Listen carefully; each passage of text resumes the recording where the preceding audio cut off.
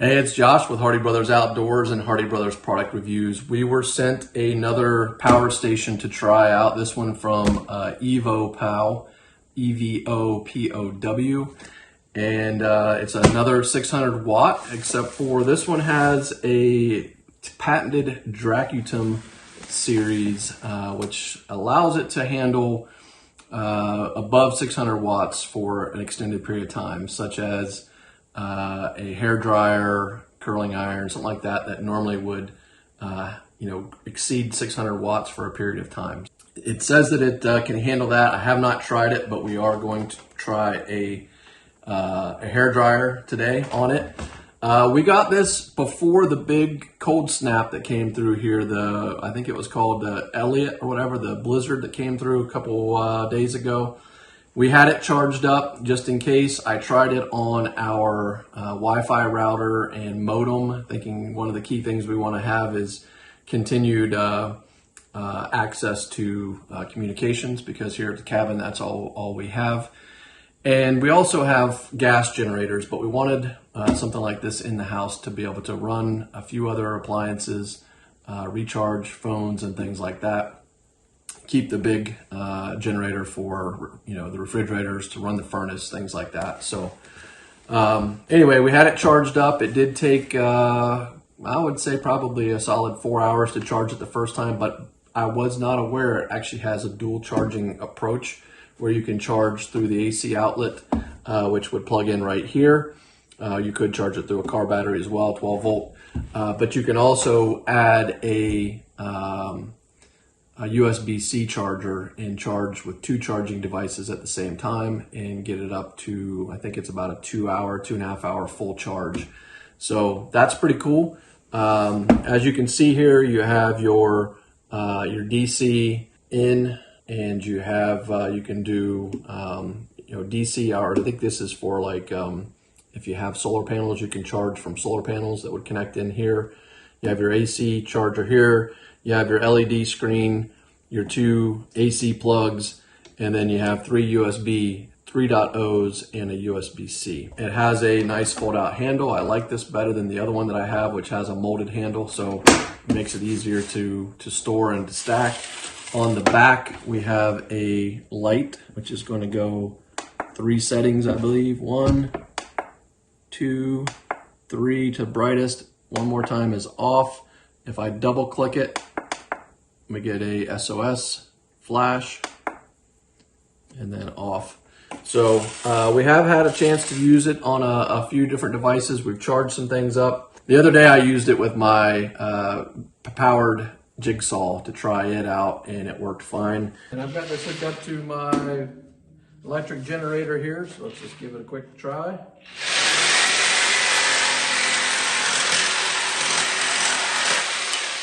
And you can see that when I'm running this with the generator, you can see the variable output.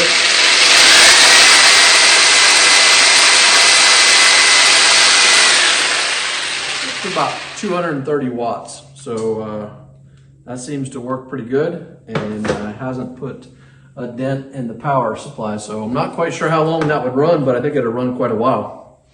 I haven't used it long enough to drain the battery entirely, so I can't tell you exactly how long it's going to last. But we have our AC charging. We have our DC charging plug as well. And I think the nice thing about this, and I didn't really put it together when I originally looked at it as to why you would want to do this, but you can actually be charging the device while you're charging other things. And I thought, well, why would you do that? If you have power, why would you bother plugging anything else in? Well, we all know that having enough of the cubes at times is challenging. So if you had USB-Cs, you could plug in one time here and charge multiple devices off of here. So using your USB plugs and that sort of thing. Let's go ahead and, it's already charged up.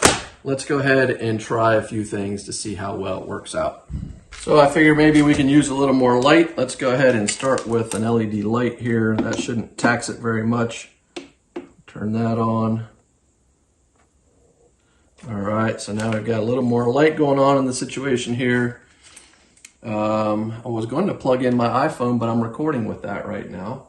I've charged the iPhone before on it, and it does have a it's called the PD USB-C, which means that it'll charge a iPhone 2.5 times faster. So that's pretty cool. I've got a drone battery here. Let's go ahead and see if we've got a charger already hooked up to one of the drone batteries.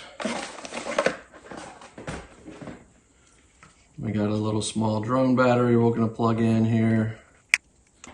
Let's see what's going on our LCD here.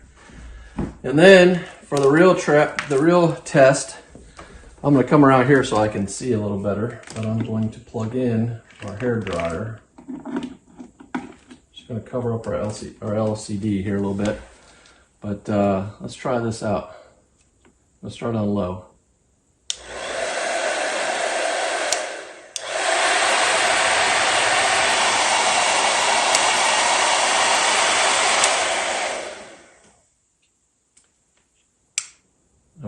Looks like when I went to the hot setting, it shut things off. I got a warning here. So it did shut it off. Let's go back down to the low setting. We're going to go to low. Yep, maybe we got to reset. Yeah, turn this off nice and safely. So let's see if we go to the low setting.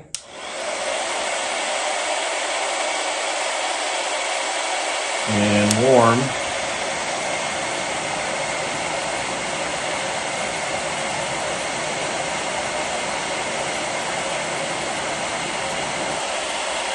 High.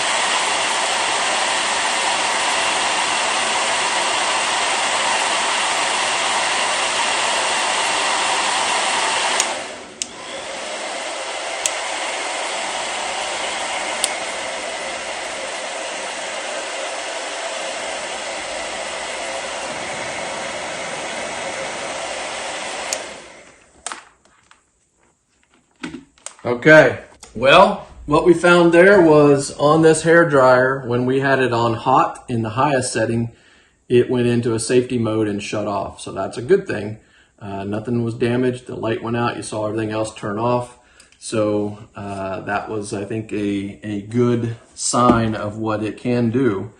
And we're really doing very little to tax it right now. We've got an LED and we've got a little small charger here. So let's see here. I've got a blender. Maybe if you were out camping, you might want to run a blender. Let's see what that one's going to do. All right, so let's get back on our LCD. Let's see what happens when we hit this blender.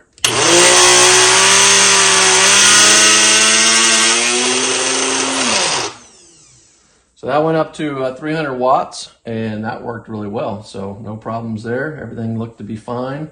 So other than the little hiccup with the hair dryer, which I actually don't think is a bad thing. I mean, you figure out real quick what it can handle. But I think this thing should power quite a few devices. But anyway, happy that we got this. We appreciate it. We thank you very much again to the brand, and thank you for watching.